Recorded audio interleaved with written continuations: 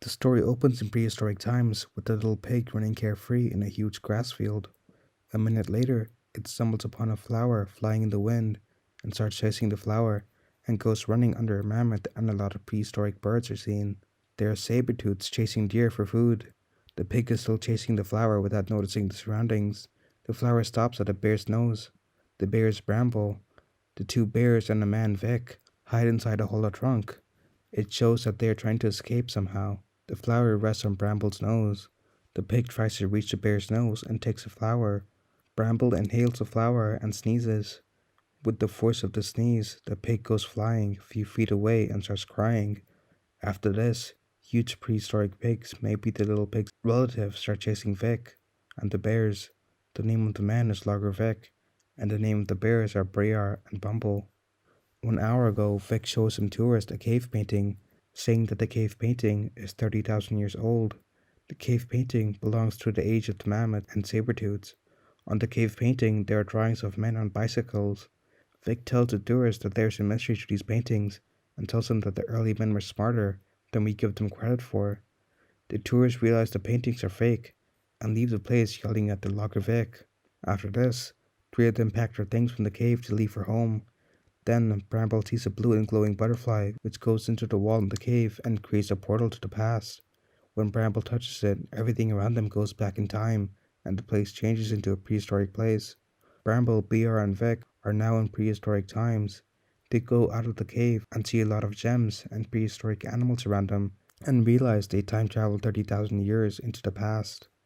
Now they are being chased by huge pigs of prehistoric times because they made a little pig cry. The large pigs chase Vic and the bears to the edge of the cliff and leave because there is a huge flying dinosaur which is terrifying and has the power to kill those large pigs in an instant. Vic and the bears are thrown down a cliff.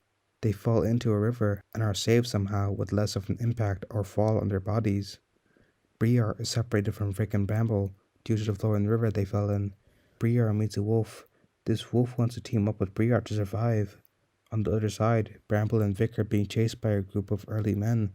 They were coming at Vic with spears, but they are so stupid so Vic and Bramble could easily escape them, and later they meet a woman.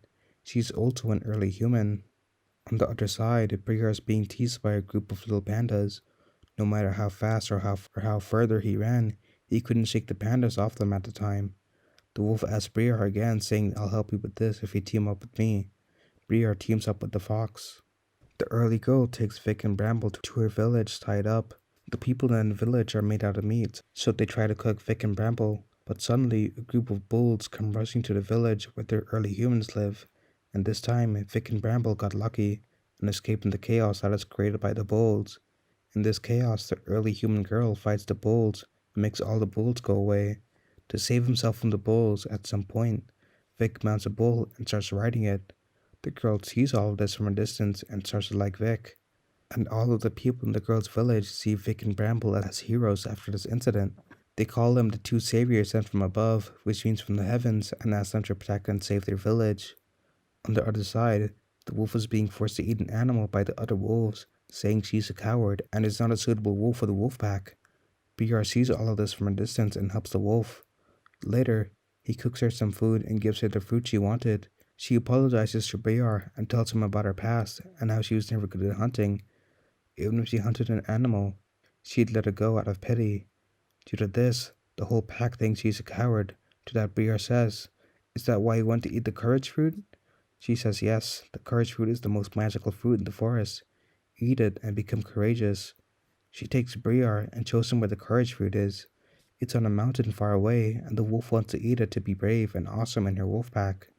She also explains to Briar that the big dinosaur birds guard the fruit and want to keep the power to itself. She says that after I eat the courage fruit, I'll become the true warrior of the wolf pack. After this, the wolf and Briar want to go to the human village to find Vic and Bramble. On this journey, they come face to face with a lot of dangers, like a river full of crocodiles, a place where saber-tooths live, but the wolf gives Briar an idea. That idea is to throw the beehive onto the saber-tooths. They work as a team to avoid danger. The wolf asks Briar where he's from, then Briar replies, "I am from 2019. The wolf again asks what kind of place that is. Briar says it's a place filled with humans. As the story progresses, a human boy is being chased by a pack of wolves. Briar helps the human boy by fighting and chasing away the wolves. After this, Briar meets Bramble and Vick. Vick and the bears now want to return home, but they don't know how they should go back, but they have a theory that the butterfly cave brought them back into the past, and it should lead them back to the future where they belong. Vick and Bramble show the early humans a lot of things modern humans do, like making bread, fireworks, swimming pools, and music, especially music. Vick makes everyone dance to music. He also shows them how to use chopsticks to eat dumplings and skateboards to skate. The girl in the village likes Vick and tries whatever she can do to impress Vick, but Vick does not seem to be impressed by her. Suddenly, the music stops and Vick notices that the battery in his smartphone is dead. Due to this, all the people in the village go nuts because there'll be no more music, and videos, there won't be as much fun. Bramble and Vick miss everything about the modern world and start crying like babies. But Briar gave his word to the wolf that he would give her the courage fruit no matter what happens. He has to go home only after he fulfills the wolf's wish. He is positive he will give her the courage fruit.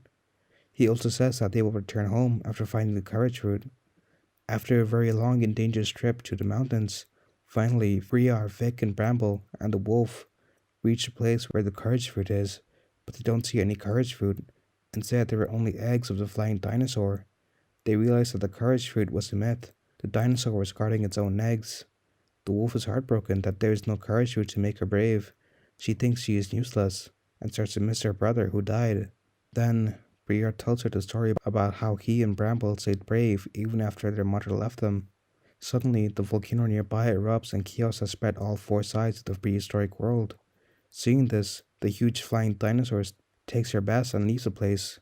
Briar's time is up to leave the prehistoric world and go back to the modern world. The butterfly cave is very near, and they have to go to the cave to go back home. But a wolf pack comes and tries to stop Briar, Vick, and Bramble from going home. Then the wolf comes to stop the wolf pack from attacking them, and this shows that the wolf is brave. After a minute, the people from the human village come to rescue them, and a huge fight breaks out there.